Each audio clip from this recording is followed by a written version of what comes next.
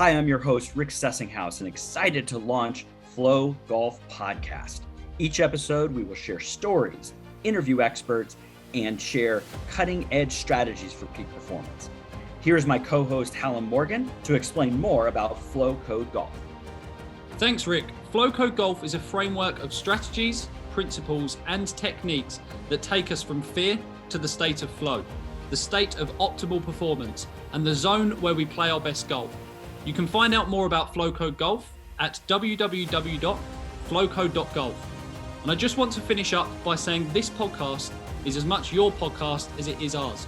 So please ask questions, provide feedback, and get engaged. I hope you enjoyed today's episode.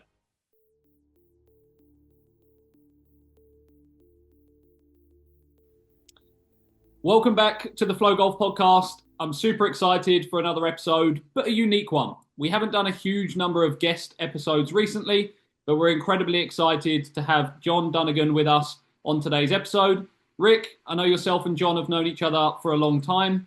So do you want to give the listeners just some context into where that relationship began and obviously the things that you've been up to together and a bit about John too? You bet. Yeah. So John, I don't know if you remember, the first time I met you was at a proponent group in Scottsdale, Arizona. This is years ago at a summit. And we were sitting around kind of like a fire with Don Parsons and some other coaches.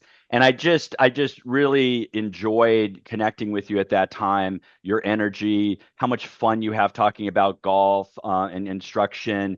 And then kind of fast forward throughout the years, certainly followed of what you're doing with motor learning and practice and skilled alliance coaching. So, I mean, all this cool stuff. And then I got to see you again at the top 100 just back here a few months ago and see you present, which I do want to talk about in a moment. So, John, I've been watching what you've been doing. I love it. It's stuff that I need to keep improving upon as a coach. And I'm always interested with coaches who are always at a high level of why they kind of choose to go different paths. There's so many different paths we could go on as coaches. So, John, I would love to tell our listeners a little bit of your background as a coach and how it's led to you to today. Well, especially for your listeners, let me start from why I'm still mad at you. Oh, It was a top 100 summit, and I want to say that it may have been Pinehurst, but I'm getting so I can't remember. And I had watched your boy Colin in the British Open, and I said to you, I remember this clear as day because this changed my perspective on coaching the mental game. Yes. So Colin is standing there on a par 3, and every hole's hard. Sure. And he's got a chance to choke his butt off. And I saw that boy go like this. And he had that smile that I'm trying to coach all my players to do. And I said to you, Sessinghouse, what are you telling that boy that he had the presence of mind with all, well, and I'm not sure pressure is the real world. I'm not sure, we're not saving lives out here, but sure. Right. The fact that that kid had the presence of mind to recognize the opportunity in the joy, I thought that was one of the absolute top 5 ever mental game performance events I've ever witnessed. I thought it was phenomenal. Wow. And you know what you said to me? You know I am still mad? What? You know what you said? Oh, no, I ain't telling you that. Well, and then the other part of that is, and I would think you would agree with it, is we can only do so much when you have students that are open to learning and they put in the work, and that's really when it shines, right? I've told the same stuff to other people. It didn't quite translate all the time. So no, I appreciate that. And I think, I want to kick it off a little bit kind of with that idea is you work with a lot of very good players. And when we talk about pressure, and you're right, in perspective, we're playing golf.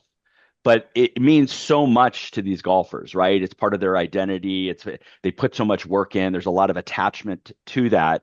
And when you think about how you became and I don't want to lump you as a performance coach, but I look at you that way because you're looking at all these different ways, is when we look at performance, what do you think are the elements that finally lead to that result on the course?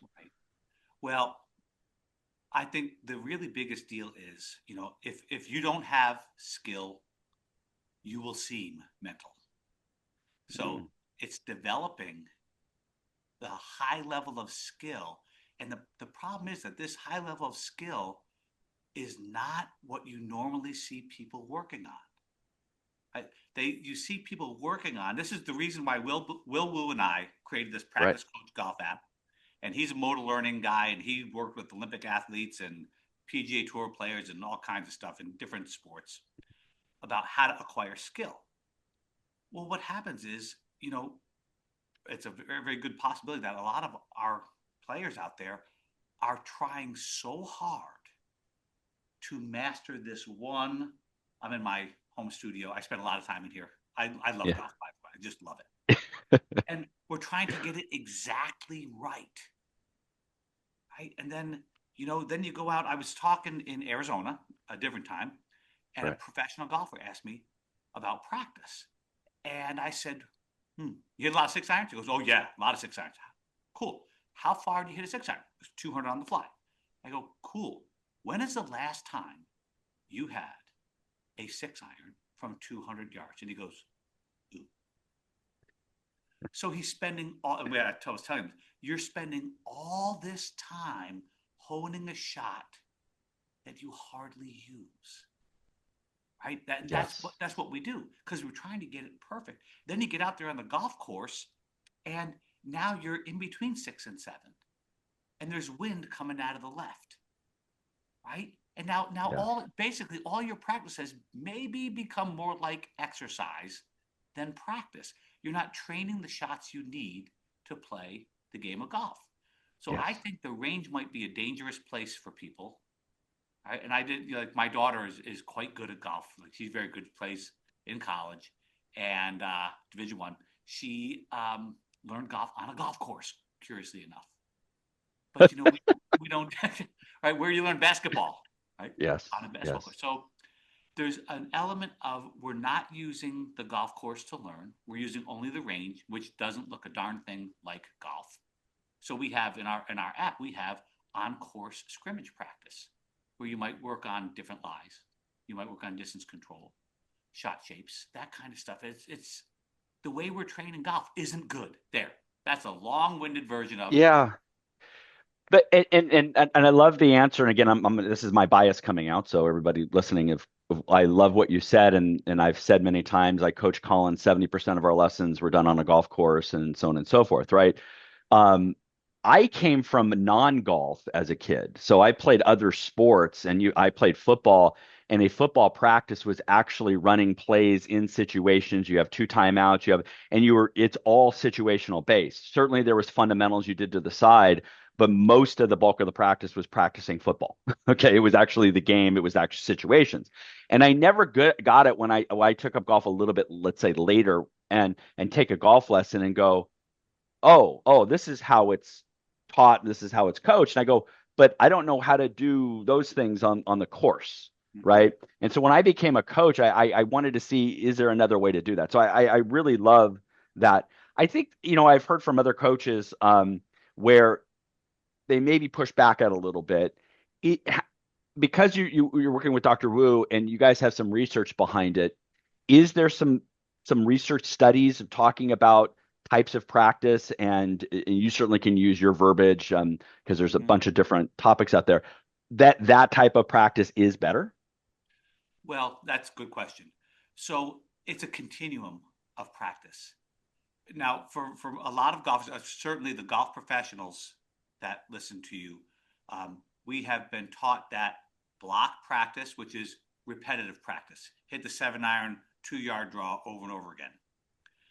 We're taught that block practice is bad, and that random practice, never repeating the same shot during a practice, is good. Well, the problem with this, there's a problem. That's binary. Either or. When you're doing research, that's what you're trying to do. But nobody except Will has kind of figured out, okay, if we slide the scale, right? And guess what? it matters that your swing is sound, right? Do you move yourself in the way that helps you deliver the club the way you want? No question. I'm not here to say that swing is not important, because it is very important. Yes. What I'm saying is you work on that, right? But then you start to move over this way more, and you make it more like golf, and you make it more like golf. And then you go take your swing for a walk on the golf course, right? When we're taking our swing for a walk on the golf course, or shots for a walk, as you get really good, you're taking your shots for a walk on the golf course. Then it's a matter of flow code. And my biggest thing is this: you have to step out there and go, okay, look it, this might not go my way, but you know what? It might. And in case it does, if I'm going down, this is how I'm going down. And I want people to realize that the first thing when I do this in speeches I give, whenever I'm doing part of the mental performance stuff, is like, right. Okay, you say pressure to me, and I'm going to go, okay, the kids in Ukraine are under pressure. You're standing in a park waving a stick. Lighten up a little bit. This is not that serious. Yes. And then there's another element of that. Well, why do you get so upset? Because you're not getting what you want. Well, maybe you're being a little lazy with your mental game, right? And you're getting upset at the inevitable bad stuff that happens on a golf course.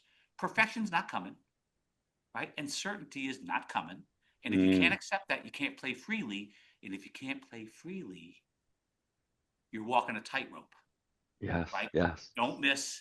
My daughter made the error of inviting me to practice for her team, Delaware, which is 35 minutes from here. And I started out with, let me tell you why you girls are a pain in the butt. And she goes, and the two captains are right in front of me, and they're giving me the hairy eyeball. And I go, you expect perfection. You insist on perfection. And they're like, okay, yes. And more than anything, you want to be certain that this is going to go your way. And like, okay, you got us. And I said, well, I am perfectly certain that those two things don't exist in golf. Yeah. And until you accept that, you can't play freely. Right. And I said, yeah, how many of you guys are trying to avoid making mistakes rather than try to hit good shots? And everybody. Right. That's not a game I want to play, man. Yeah. That's why the Collins smile. Yeah. No. And I think back to, I think humans like certainty. That's kind of a driver, and it makes us feel safe and yet, as you mentioned, golf is far from anything being certain. There's just so many variables going on. And I think from a mindset perspective, you talk about a Colin and, that little smile on his face, he wants to compete. He wants the situation. He doesn't know what's going to happen, but that's part of the love of it.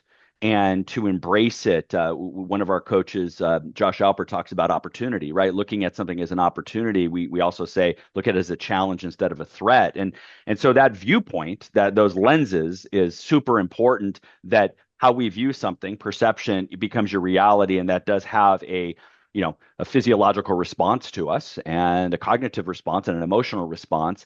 And that's what we're, of course, at Flow Code, we're intrigued with, is how people perceive a situation, and then how, let's say, their nervous system, how they react to that. And it's a habit, and we're trying to break that habit. And I think back to now, practice is the way to change that habit, is to have some very specific types of training and exercises and drills to be able to shift that. Yeah, again, I love how you just said about certainty and perfectionism and stuff like that, which is, it's not going to happen. We want to maybe minimize dispersions, and we want to minimize patterns, and we want to minimize things, but there is going to be no exactness in that. Do you find as the player gets more highly skilled that they bump into that even more as far as expectations and such? Yeah, the window of acceptability, it's so small and so high. And I go back to, okay, fine, that's your expectation, but do you care enough about getting better rather than being good to control that? Like I like to say, forgive the graphics, but your thoughts are like farts. They just kind of pop up out of nowhere. And you don't have to listen to them, And we do. We get into that default mode. Correct. Right, where we just let that be the way.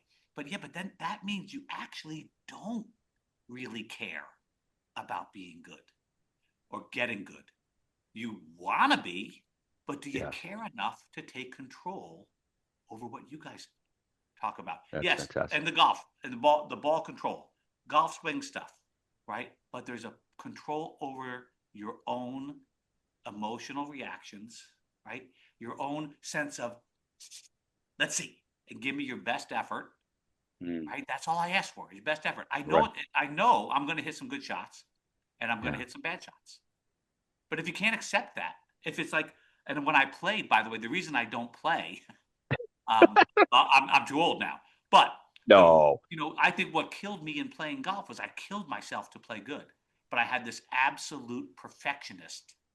If I hit a ball on a fringe with a 5-iron, I would be furious. This is stupid. Just unrealistic stupidity. Yeah. I didn't know that then, though. Right. No, and I think, but you bring that perspective to all your players because you relate to it, and yet that that's not a healthy way. I mean, we talk a lot about, yes, you want to shoot lower scores. That's a main driver, but what gets back to is enjoying this wonderful game and all of that it brings to us. And we get so result focused that caring and that attachment does take away some of the joy. And we look back and go, man, I enjoyed this a heck of a lot more when I was 14 years old and I couldn't break 80 than when I'm shooting 68. That doesn't make much sense, does it? But we have a lot of that conflict because of that. Well, I think it's the lure that we can perfect something we can't perfect. Then that approach, like that outlook on it, leads to really bad practice. Because now we're going to go out and practice, and we don't want to make mistakes.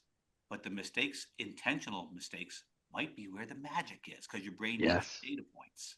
Yes. So, all right, you've been hooking the golf ball and you can't figure out why you're hooking it. Well, why don't you go and hit some hooks on purpose? A lot of people, by the way, can't do it. Even though there misses a hook, they can't try to hook it well because they haven't been practicing controlling the golf club. So one of the club delivery drills that we have in the app is feeling the club head. Right? Yes. And a lot of golfers are so consumed with swing positions and elbow here and a shoulder here and this, that, they take all of their attention off the only thing that's hitting the golf ball. That's a great idea, folks. That's sarcasm, by the way. Right. So now you even have a better golf swing, and you're like, I heard this once. I'm hitting all the positions, and I have no control over the golf ball. And I would tell you that there are no positions. Maybe for analyzing how you're moving through space, there are no positions. But if you can't feel the club face, like I'm sure, like Colin's probably never even thought about it because I think at some stage the professional golfers internalize the tool like a prosthetic limb. It has become part of them. And folks, if you can't feel that club head, man, if you can't feel the head, you are dead. Yes. And to that real quick is that I am amazed at that level. Like when they make new clubs for Colin or something like that, and he goes, "Oh, the swing weight's off," and they go, "No, we checked it." He goes, "No, it's off," and they come back and they go, "Yeah, you're right. It was off by 1, right? Like it was D2 instead of D3, whatever." That's like you said, it just becomes part of them, and that's the feeling like that. And this has a half a wrap of tape too much. You're like, no, it does, right? And I think that's a great point. I want to shift gears a little bit because I loved your presentation at the top 100, you and Kevin Sprecher and you guys were talking because we have a lot of coaches that watch this and listen to this, and I love this idea of kind of internal external focus and attention. Right? I am still a swing coach, and I think my coaching philosophy has shifted throughout the years, which it used to be 20, 25 years ago, very position oriented and let's get P2 position here. And to your point, I think people got disconnected from the ball flight and the movement patterns and stuff like that. And yet as a coach, we have all this information we want to give. And it's exciting to and tell them, oh, I like this. Oh, yeah, okay. And yet, did it translate to a different pattern for the student? Did they actually understand what was being talked about? Can you talk a little bit about that presentation you gave and kind of that differencing of kind of that internal external? So for us to be good coaches, I think we have to know about the golf club, right? And for instance, Sasha McKenzie's work on the forces and torques on the club, very, very, very big deal. By the way, when we're done, we got to talk about club design. Oh, that's something I know nothing about. big deal, potentially very big deal. So anyway, we have got this forces at the handle, right? The golfers, the homunculus. The golfer's hands have enormous sensory receptors, right? And how you apply force along or against, you can push, pull, twist, or tilt the club shaft. That's about all you get to do. So we have that knowledge. I have ground reaction forces. At home here, I only have pressure. At work, I have the 3D motion plate from Swing Catalyst, which, it's the dual force plate, which I just love. And it's even heavier. Back behind the screen are two different 3D motion analysis systems. We are officially now in the weeds. So when you have all of that crap, it's not crap. I love it. It's very valuable. That can lead us down the road of this internal, which is a body part focus. I need you to turn your shoulders more, right? Shoulders, body part focus. And I turn them more.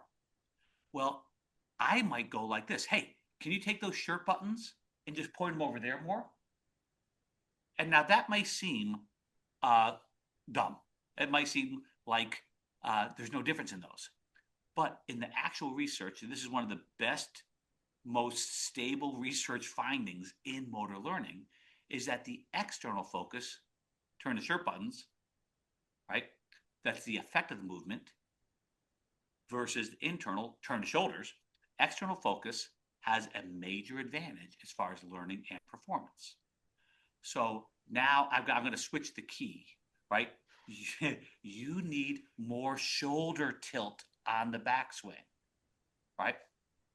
I'm going to say, no, Rick, you know what I want you to do? Take that shirt seam. I might put a piece of tape here. Sometimes I'll put a little X with my chalk right here. I need you to just point that down at the golf ball, okay?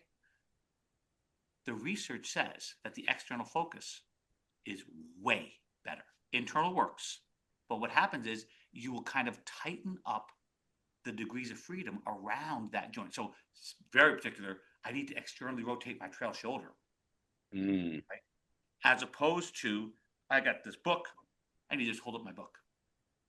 Yes. So what happens is the brain will, you'll get the motion, but your brain will tighten up the muscles around the joint. It's called the constrained action hypothesis. Well, the movement becomes less fluid, a little less coordinated, right? You'll get the look, but it might not perform as well. Whereas if I just say, hey, just hold up your pizza tray over here.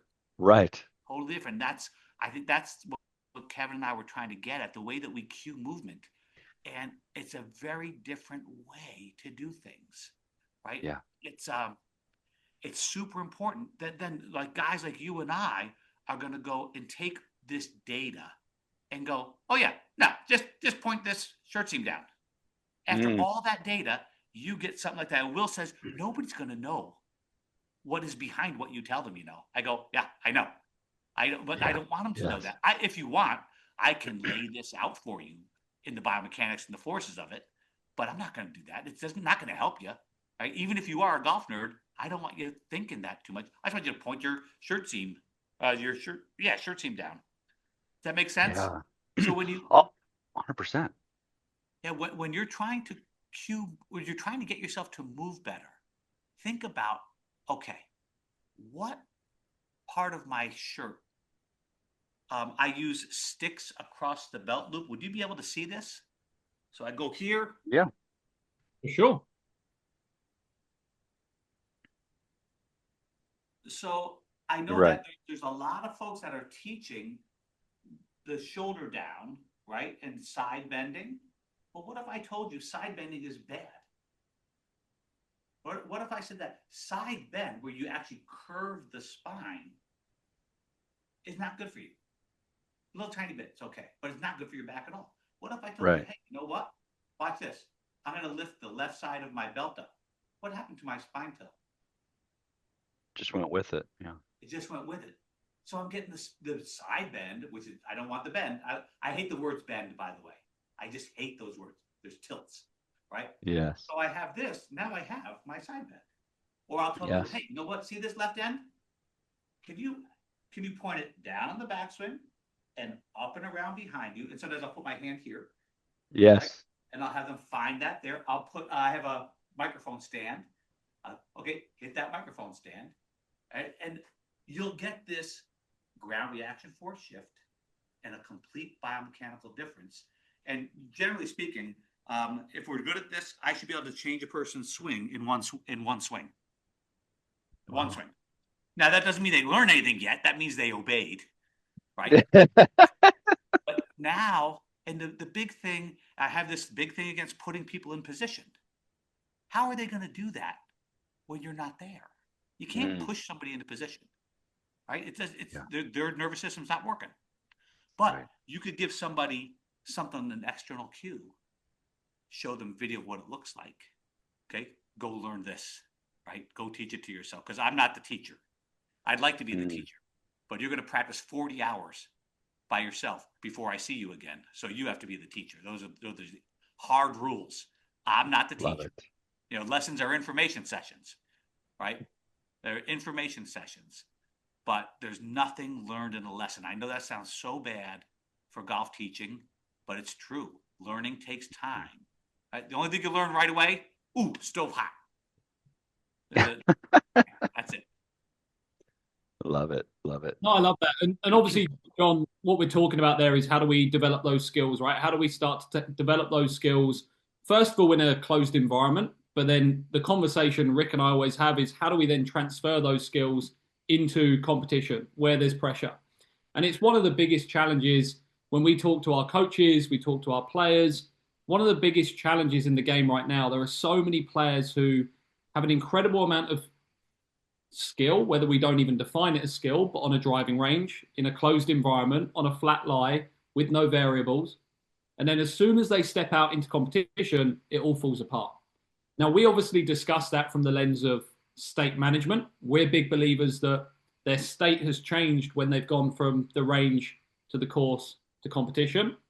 But I guess my question for you is, how can players improve their practice in order to help that transfer of skill, in order to ensure they still have access to their capabilities under pressure? Well, number one, now, let me just preface this by saying not all practice should be performance practice, right? There's some serious maintenance. We have a module in the work on my swing module in the practice on your own. It's an our app, Practice Coach, where you get to pick what you want to do. You have to work on your swing. And if you're swinging really good, you don't have to work on it, but you ought to have that captured on video, preferably with everything, but that's okay. Most people are not going to have force plates in 3D capture. So you kind of keep that swing and then you maintain it, right? And then you've got the occasional person who hits one bad shot. And what's wrong with my swing? Well, that's a disaster. Complete disaster. I'll tell you a quick story. I was playing the golf across the street, as we are the club that we're members of. And I'm playing perfect golf. I'm hitting fairway green. I'm having a day. I get on hole 11, 175, stone cold pitch out, 45 degrees shank. And I'm like, whoa. And in my head was, whoa. That's the first time I can remember that happened, and it didn't even faze me. I put the next ball down, I hit it 6 feet. I did miss that putt, though. But you're going to hit bad shots, and people think that their swing has fallen apart. You don't even know if you just moved the golf ball by a quarter inch in your stance. You know? So we have that. That's a disaster for you. But let's say that you've got this control of your stock shot. That's fantastic, right? Because you have to have a stock shot, in my opinion. Like Colin likes to fade it, right? Correct. So you're working on that, but you're only working on it as perfect. So you're not using what's called practice variability. And your stock shot training, we have this whole Will's algorithm for motor learning science of, okay, we're going to hit a draw. We're going to hit a straight ball. We're going to hit a larger draw in a, not randomized, but in an order, and use different clubs to do it, right? And then you've got some idea of your stock shot.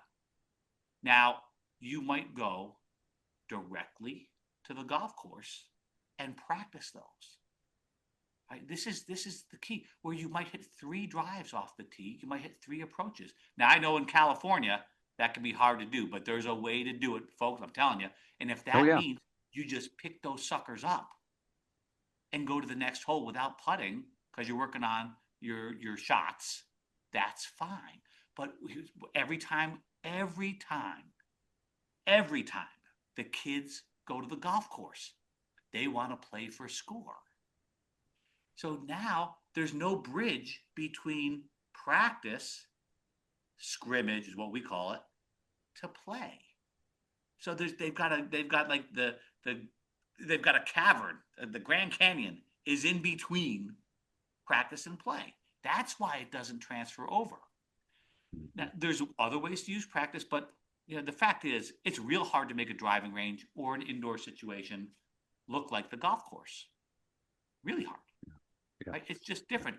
That's kind of where you go, okay, this might not go my way, but I'm going to play this way. Instead of, I'm going to score as low as I can, which you don't have control over, just so you know. You just hit your shots and see how you do. People are going out. It's like, okay, I've done all this work. Now forget that. Now we have to score. Or college coaches are watching me. The hard one is Q school. Right? Q school. Or going back to Q school, try to get back out on tour. How do you handle that's where pressure comes in golf. Right? That's where pressure, because you're playing for your living. Right? Whether your family or you eat, that's a different thing.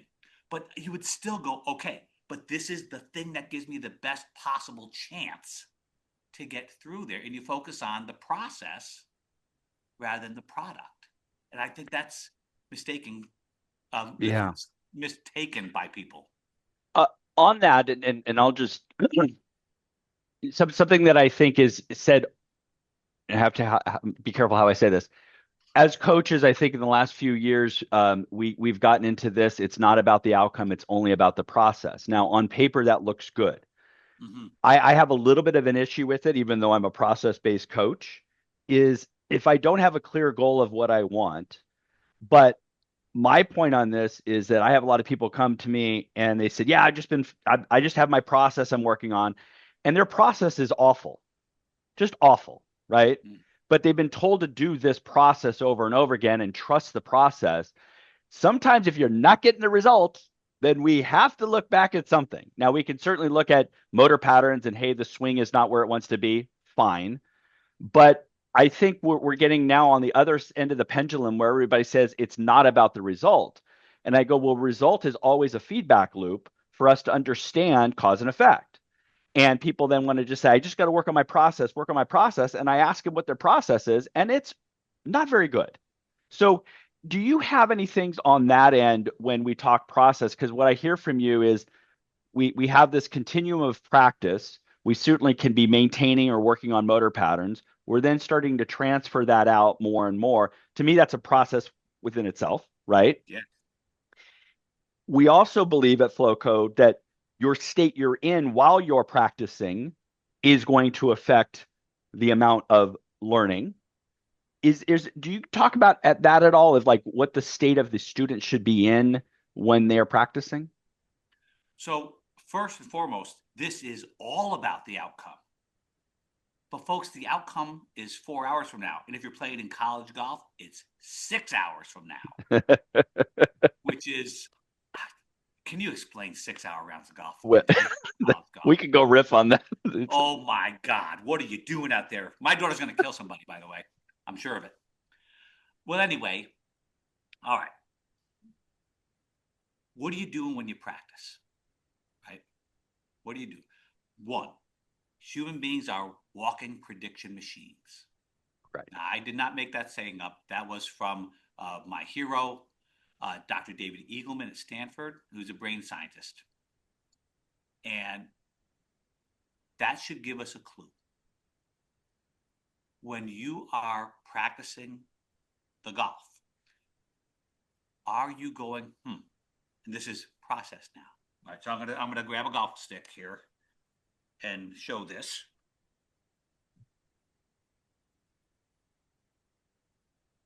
Okay. I predict when I do this with my golf tool, maybe I even have a swing key. When I get my shirt buttons back behind Mrs. Trackman over there, I call her Mrs. because she must be obeyed. Not totally true. I get my shirt buttons back, and see that right there with my club face? You see that right there? That's me working the club face, folks. Now, that might not mean a damn thing to you, but that works for me. So now I put a ball down and I focus on the exact same thing. So this is what we call par golf, preview, action, review. I hypothesize that's going to get it done. Now I step into the golf ball. I have to actually do that. Most golfers fail that immediately. Right? They do that with the practice swing, and then they look like cornflakes and milk. On the real swing, that's a focus thing, right? I heard from Charles Barkley, well, shouldn't I just do that back here behind the ball, and then when I get over the ball, just let it happen? And I said, Charles, that's for when you don't suck at golf. But until then, you have to actually make your practice swing when the ball's on the way. You should hear me laugh at people, or not yell at people when they're making practice swings and they don't continue through the ball. You have to make your practice swing with the ball. And if you're worried about it, I have foam balls I use. So now, right, I get an outcome. The outcome is either what I want or it ain't. First job. Okay, I'm telling you, I did it. The outcome just says, did you do it precisely enough? And in golf, as you fellas know, you don't have to be very imprecise to be very imprecise. So now I go back there and the ball, oh gosh, I just hit a push right of the right bunker. Golf says, nope, not quite the right answer. Not quite. It taps on the shoulder at first, right? Nope, not quite. Now, when I'm doing this, I am completely absorbed in the act. What people do to me is they judge. That was terrible. That was terrible. Yeah. No, it wasn't terrible. It went exactly where you just told the ball to go. Yes. Because the ball's dumb, right? And now we go back there. Okay, all right. Okay, maybe that's the one right there, and we test that out. So it's before, right? Not after. What people do is, that's horrible. I suck at golf. You've seen it. You've seen your own kids on the golf course. I see. I see it with Hallam every day. Yes. Well, what's happening is you're not coming at this from the curious yes position. We're like, all right, cool. And the next thing we do is we hit a bad shot and then we correct it. Now that's lovely unless you play golf competitively. Competitive golf, you need to get it rightish. Right? Notice the term right-ish. The first time. That's why this process. Now, I'm not going to talk through the old decision-making process, targeting and all that stuff, right? Right. But the process of making a shot, that's a draw. I would guarantee you that ball either draws or goes straight. That's what I mean by ish. Yes. It's going to draw, go straight, or draw a little bit too much. That's the best I have. Right? Maybe if I would practice for 6 hours a day, I could get them to tighter, but I'm always going to have those 3 shots. I don't do a lot of messing around. I hit low trajectory shots. I do hit fades when the golf course tells me you have to hit a fade right now, but I pretty much stick to my stock shot. But my stock shot is based on this in advance hypothesis, test, firm approach. And I think, well, I remember I only know my students, but man, they're not used to doing it that way.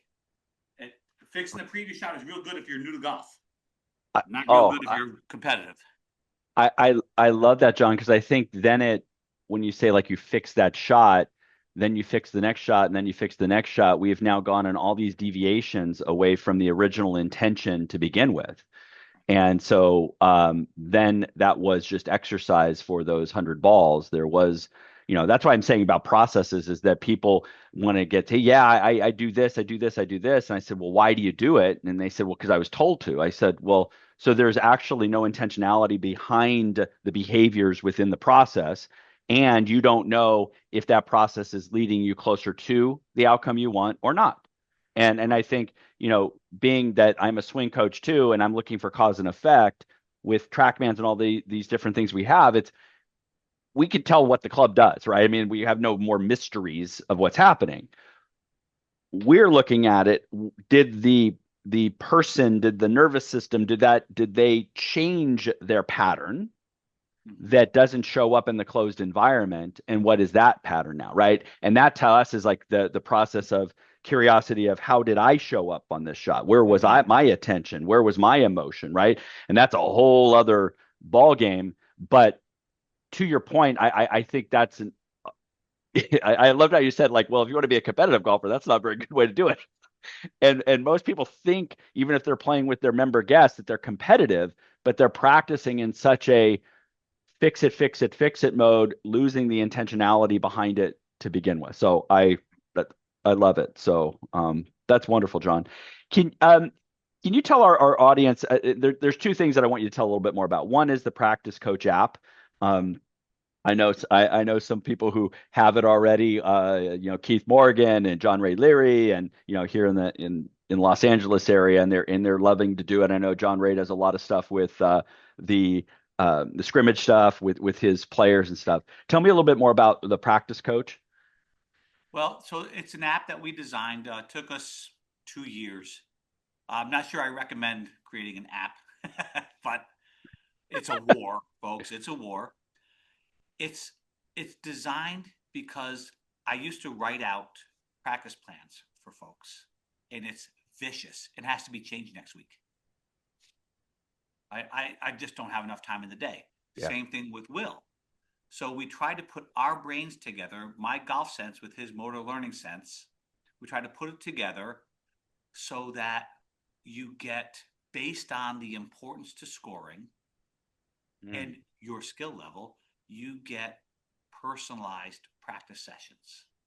We're always going to believe that if you can't drive, you can't play. So you're going to get a lot of driver practice. Right. Approach shots are next. Putting is next, right? Hit 10 bunker shots a day. It's, unless you suck at bunkers, it's just not that big of a deal to your score, right, importance-wise. It's always based on, you still get those, but it's based on the importance to scoring. It's not going to be the normal practice, though. This is going to be motor learning infused practice, where you will be asked to do things that you are not going to want to do, but you'll learn better from them. But one of our pros goes, "This is awesome. I want to invest." Right? Another pro, PGA Tour player. Oh my gosh, this is awesome. I just learned how to practice. Yeah. But you wouldn't do things that way. Like you'd putt. We see it all the time. You'd putt for an hour on a chalk line and call that putting practice. No read, no speed, right, just line, no putting, right? That's not putting practice. That's swinging a putting stick, hitting the ball on line, which is valuable. But if you stop there, when are you going to practice putting? So, yeah, we have line drills, but we have other drills for game-like or just drills to help you practice better. And it goes through the whole thing. We have a bunch of, there is a videos guide in it that there's some club delivery drills that might not pop up. You might just press on that and look for, hey, here's a contact drill that I might do if I'm having trouble with contact. The whole idea is to corral my students, selfishly, into practicing more the way they practice in front of me.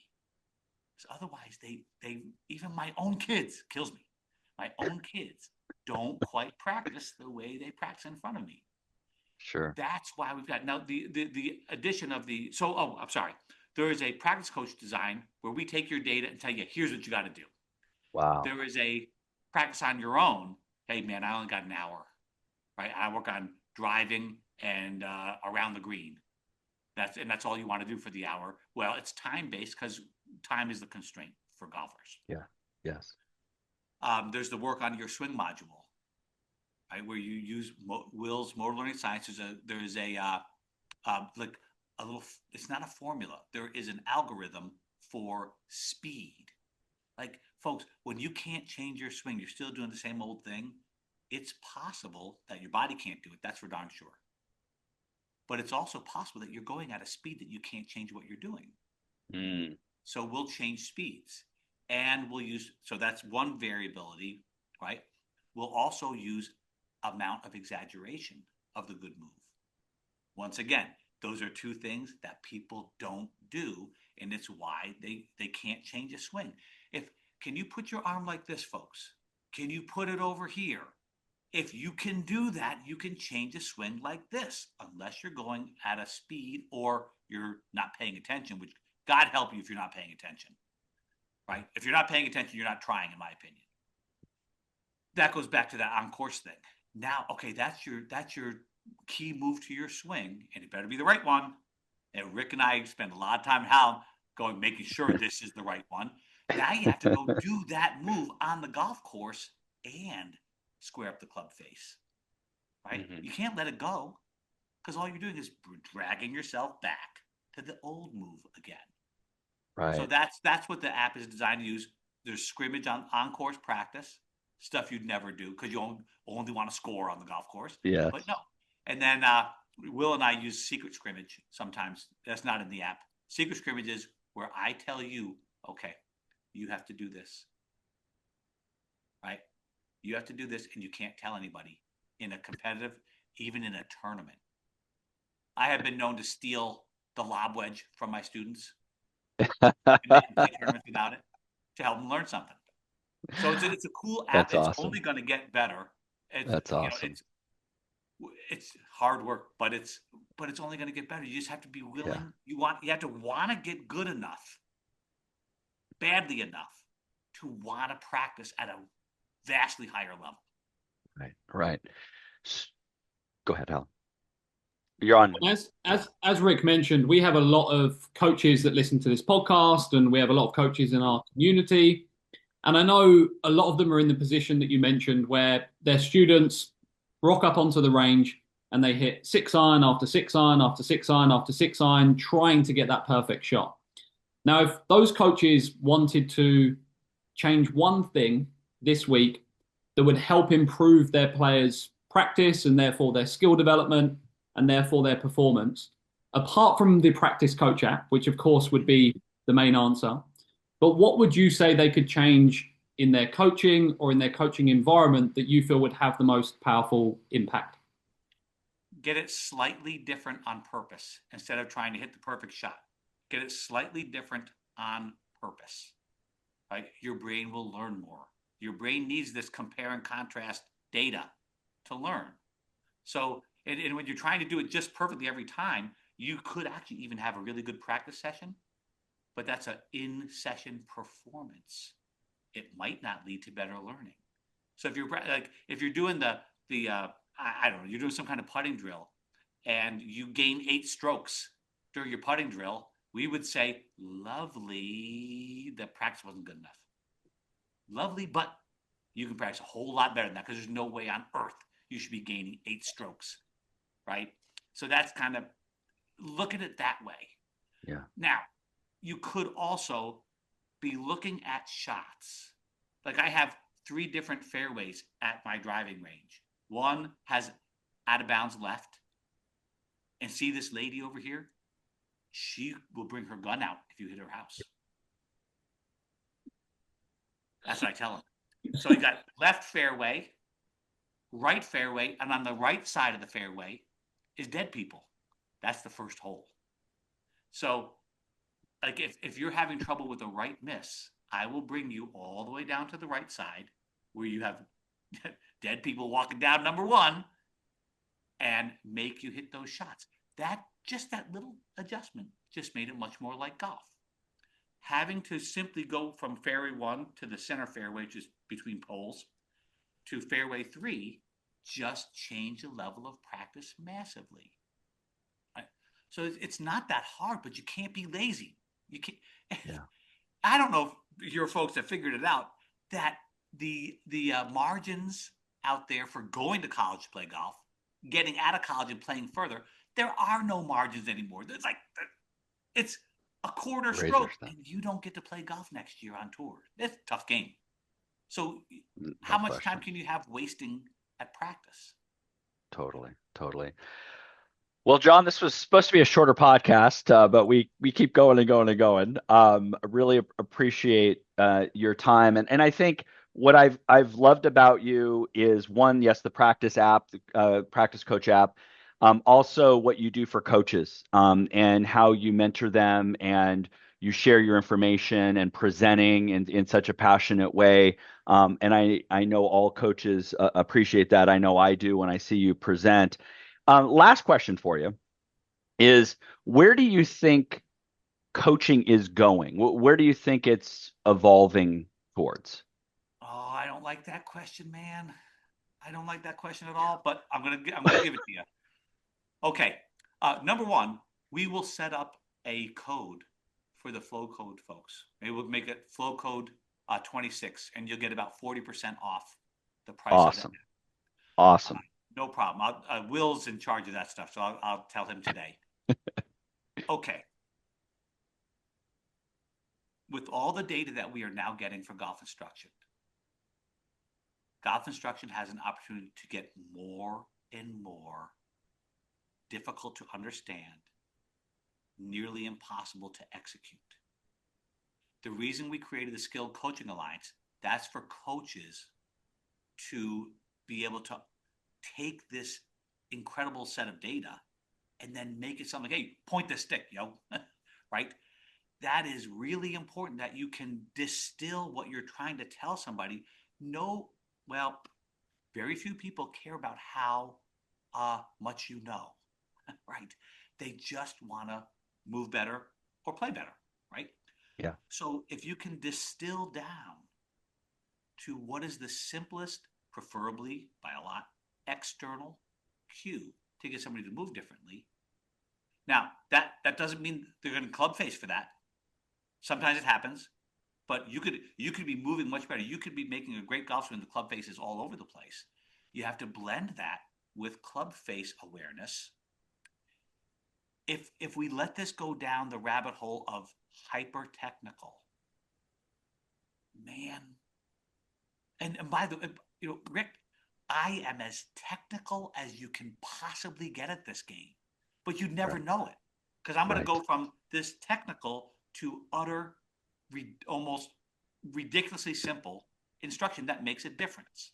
And that's why we created the Skilled Coaching Alliance, so that we get people going down the right route in coaching. Hallelujah. Well, thank you, John. And so it's if you went into the App Store, it's Practice Coach is what we're looking at. Practice Coach Golf. Okay, great. And we'll certainly, as we put it in the notes and certain things like that, talk about the discount code and everything like that. I really appreciate it, John. And I couldn't agree with you more of what you just said, is that we as coaches, we can control where coaching evolves. And it's nice to have all the technology. It's nice to be able to prove things. Yet we are still communicating concepts, and we are being able to still, we say, as a coach, our state is going to affect our players' state. And if we can be passionate, we can be clear, we can have fun, they're also going to start tapping more into golf being fun again. So you make it fun. So I appreciate you, John. Thank you. Well, thank you guys both for having me here. I really appreciate that. I'm a big fan of yours. I think, the motor learning, massively important. The understanding the body and the forces in the club and the ground, massively important. But the understanding the performance psychology is the thing that kind of ties it all together, because you can be very, very skilled on driving range and suck. Right. There's a lot of guys who have gorgeous golf swings that suck. Yeah. So I love what you guys are doing. Thank you so much for having me. Thank you, John. Thank you so much. Appreciate you coming on. Thanks.